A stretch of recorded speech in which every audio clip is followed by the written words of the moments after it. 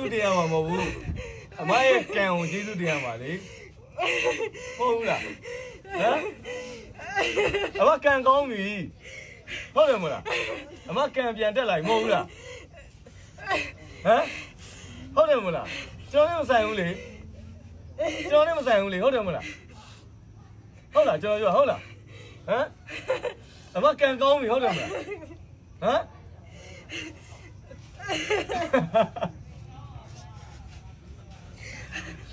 ဟုတ်တယ်မလားတက်လုံးကကံကောင်းခဲ့တာအခုကံကောင်းပြီလေကျမဘာကျွန်တော်ပန်းကြတယ်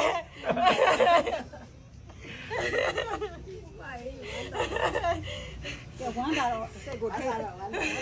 တာတော့ချိုးရလေချိုးလို့ရေလေးတိုက်လိုက်ပါရေမောနေလေးတစ်ခွက်လောက်โอเคไว้โอเคไว้โอเคတော့โอเคไว้ရမ်းမောတော့မှာဆိုဝမ်းတာလိုက်တော့ဒါအိမ်ဆောက်ပြီးနေလိုက်ကြီးရဲ့ကန်တက်သွားပြီလို့အောင်းမိပြီးတော့ဒါအများကြီးပြင်းတင်ရမှာပဲရတယ်ဒါအမရဲ့စေတနာမှန်လို့ပဲအမရဲ့ကံကောင်းသွားပြီလုံးဝကံကောင်းသွားပြီဟုတ်လားကြောက်ဟုတ်လားနော်ရမ်းစိတ်မလေးရှားနေမှာတော်ပြီရမကန်တော့နဲ့မကန်တော့ဖိုင်းတော့ကံကောင်းသွားဟုတ်တယ်မလားဒီလေးတောက်လာဟုတ်ပါရဲ့နော်ဟုတ်ပါပန်းလေဟုတ်စားဟုတ်ပါရဲ့နော်ဟာဒီလိုကြီးကြနေရလေအဲ့ပန်းမို့လို့ပါကြီးလေဆောက်ပြီးမှတေချာသွားပြီတေချာသွားပြီစိတ်ကူပေါ်ပေါ်ထားကိုယ်ကမြစ်တာပဲစိတ်ဟွာလုံးနေနေစိတ်ရှော့စိတ်ဆန္ဒလည်းမဟုတ်ဘူးအဟုတ်လို့တေးကြတယ်ကဲပန်းအခုဒီအိမ်လေးသာရအောင်ဖြတ်ထားအဲ့ကြွရသည်ယူထားလိုက်အဲ့ကြွရသည်ယူထားလိုက်နော်အဲ့ကြွရသည်ယူထားလိုက်တော့ပိုင်ပြီအဲ့ကြွရသည်ကအမဘွားရဲ့အစစ်ချိုးပြောင်းလဲမှုပဲ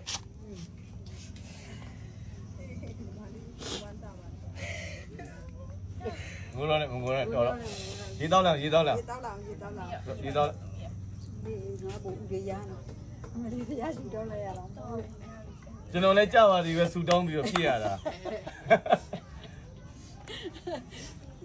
ဒါမို့ဆိုရင်မလွယ်ဘူးဘောတူရတယ်လုံးဟုတ်တယ်နော်ဟုတ်တယ်လို့လုပ်ပြီးမှတေချာသွားပြီဟုတ်တယ်ခုညီကိုကန်ဆန်းပြတယ်တေချာပါပြီသူတို့ကကျတော့လေပြောသလိုမျိုးတယောက်တည်းလည်းမဟုတ်တဲ့အတွက်ဒီနေ့နေရာဒီမှာလေဒီလိုတောင်းဆိုတဲ့ဟာတွေလုပ်ခဲ့တဲ့ဒီလိုမျိုးလေးစမ်းပြီးမှလုပ်ပြီးနိုင်နဲ့ကန်တရားရှိနိုင်မှလုပ်ပြီးလို့ရတဲ့အရာအဲ့ဒီရသည်ကိုသိမ်းတာဒါဒီရသည်အမရဲ့ဘက်ကလည်းလုပ်ပြီးမှဆိုတဲ့ညီကဝမ်းသာလုံးလုံးဝဖြစ်နေဘဝရဲ့အပြောင်းလဲဆယ်ရသည်တော့မှတ်တာနော်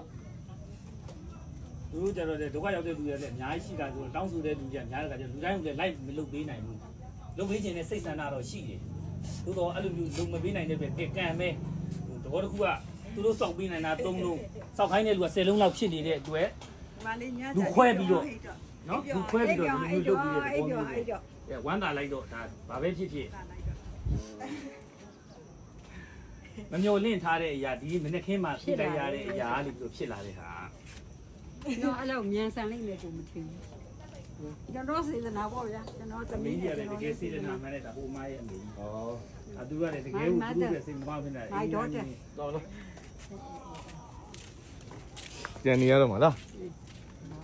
ပြောတယ်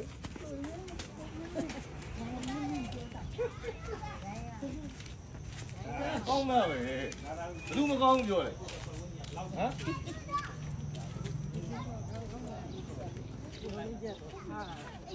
ဟုတ်လားသူထားတဲ့အတိုင်းဖြစ်လာပြီမလားဟမ်ဟုတ်တယ်မလားကံကောင်းသွားပြီနော်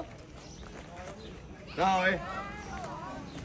လို့ရတယ်နော်ဟာမကြောက်နဲ့ကျွန်တော်မကြောက်နဲ့မကောင်းဆိုကျွန်တော်အသက်ရွယ်လည်းဘာမှမဆိုင်ဘူးကျွန်တော်ကြောက်စရာအကြောင်းမရှိဘူးကြောက်မယ်ဆိုရင်အိမ်လေးစောက်ပေးပြီးလို့ဖျားစင်လေးမှာဘသူ့ကိုကြောက်အောင်ဆို9ရက်သားသမီးအခုစောက်ပေးတာ9ရက်သားသမီးကပတ်စံနဲ့စောက်ပေးတာ9ရက်သားသမီးလူတန်းနဲ့9ရက်သားသမီးတွေရော Facebook ပေါ်ကနေ TikTok ပေါ်ကနေပြီးတော့ညစ်တာပို့ပေးတဲ့9ရက်သားသမီးတွေအားလုံးကိုစီးပွားလက်လာပါစေတိုးပွားပါစေအောင်မြင်ပါစေကြီးပွားပါစေအများကြီးလူနိုင်ကြပါစေလို့အဲ့လိုလေးညစ်တာပို့ပေးကျွန်တော်ကြောက်စရာမလိုဘူးနော်ဟိုမင်းပြောတော့ကြာကံမကောင်းလို့ပြောပြကျွန်တော်လိန်တာ ပုံယူခဲ့လို့ ဘယ်နှကံမကောင်းတာလဲပြောဟင်တော်သေးတယ်ကျွန်တော်မှအဲ့ချွေပြားသေးတွေကိုမန်းမှုတ်ပြီးတော့ကြပါသေးတော့ကိုဘက်မှာသွားဆူတောင်းရတယ်ဟုတ်တယ်လေအဲ့ကြောင့်အမေပေါက်တာပဲလေဟုတ်လားတော်သေးတော့ကံကောင်းလို့ကို့မှာကြပါသေးဆူတောင်းနေရတာโอเคအဲ့ဒါပြန်တော့မယ်ဒီဟာသာပြီးအောင်လုပ်ထားလိုက်အခုဖုန်းနဲ့ပဲကျွန်တော်ပေးလိုက် မှတ်တရတဲ့ပုံကြီး ပေးလိုက်ဆိုတော့ဘာလို့လဲဆိုတော့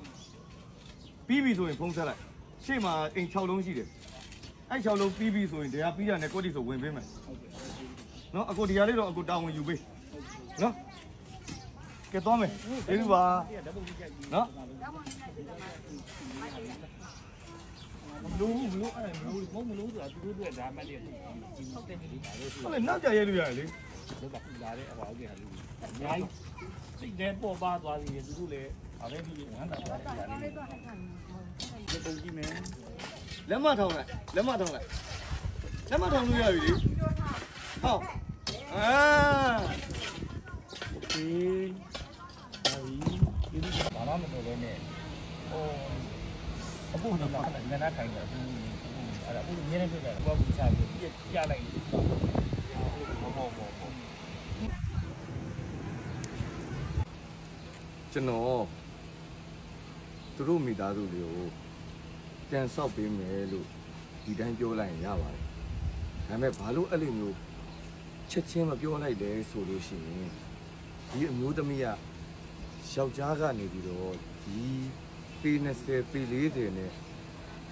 နှစ်ထပ်တိုက်ကိုထားခဲ့တယ်သားသမီး3ယောက်နဲ့ဒါပေမဲ့ထားခဲ့တဲ့ဟာဘယ်လိုထားခဲ့လဲဆိုတော့အဲ့တိုက်ကြီးကိုပေါင်ပြီးထားခဲ့တဲ့အတွက်ဒီမှာအကျိုးရရှိနေတယ်ရှိနေတဲ့အပြင်အဲ့တိုင်းဟိုမှာဘာမှမလုပ်စားတတ်ပဲဒီတိုင်းသားသမီး3ယောက်ကိုသူမိမကြီးတစ်ယောက်ခဲအနဲ့ရှာကျွေးနေခဲ့ရတယ်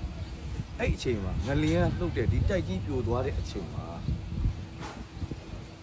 သူ့ရဲ့ပထမဆုံးမပြိုခင်ကရောင်းဖို့အတွက်ယာထားတာကဒီမြေရဲ့တိုက်ရဲ့အပေါင်ဝင်3500နဲ့ယာထားခဲ့တယ်အခုဆိုရင်ပြိုသွားတော့မြေကြီးပဲဟိုရောင်းမယ်ဆိုရင်ပေ20ပေလေးဆို800လောက်ပဲရမယ်အဲ့ဒါကို तू ကတချမ်း10ပေလေးတဲ့တချမ်းကိုဖဲ့ပြီးရောင်းမယ်လို့ပြရတယ်အကျွေးဆက်ဖို့အဲ့တော့ဒီဘက်10ပေ40ကိုကျွန်တော်စောက်ပေးမယ်လို့ဆုံးဖြတ်ထားတယ်မဆုံးဖြတ်ခင်မှာကျွန်တော်အခုခေါင်းပန်းလှန်ပါမယ်လို့သူတို့ပြောတယ်မရဲ့ကံကြမ္မာကိုယုံလားလို့မေးပြီးတော့ကျွန်တော်ခေါင်းပန်းလှန်မယ်ကိစ္စလေးကိုဆုံးဖြတ်လိုက်တယ်ဘာလို့အဲ့လိုမျိုးကျွန်တော်ဆုံးဖြတ်ရလဲလူတယောက်ဒုက္ခရောက်နေပါလေဆိုဘာလို့ထပ်ပြီးတော့မင်းကစိတ်နှောက်ယှက်ပေးအောင်ပါလဲလို့တွေးပြီးမှစိုးလို့ကျွန်တော်အခုရှင်းပြတာသူ့ဘဝမှာအရန်ကန်ဆိုးခဲ့ပြီယောက်ျားအိမ်နဲ့ဝိုင်းနဲ့ထားခဲ့တာတော့မှဒုက္ခပေါင်းများစွာနဲ့အိမ်ကြီးကိုပေါင်ပြီးမှအကျွေးတွေနဲ့ထားခဲ့တဲ့မျိုးသမီးတစ်ယောက်အနေနဲ့ကံကောင်းခြင်းဆိုတာသူ့မှာမရှိဘူးသားသမီး3ယောက်ကိုထမ်းနေရတဲ့အတွက်ကံကောင်းခြင်းဆိုတာမရှိတော့ဒီတစ်ခါတော့ကံကောင်းနေရေးဆိုတော့သူ့ဘဝတစ်လျှောက်လုံးသိအောင်လို့ကျွန်တော်အခုလိုမျိုးလုပ်ရပြီးလုပ်ရတယ်ဘယ်လိုလုပ်ထားလဲဆိုရင်ကျွန်တော်ကသူ့ခေါင်းသာရွေးခဲ့မယ်ဆိုရင်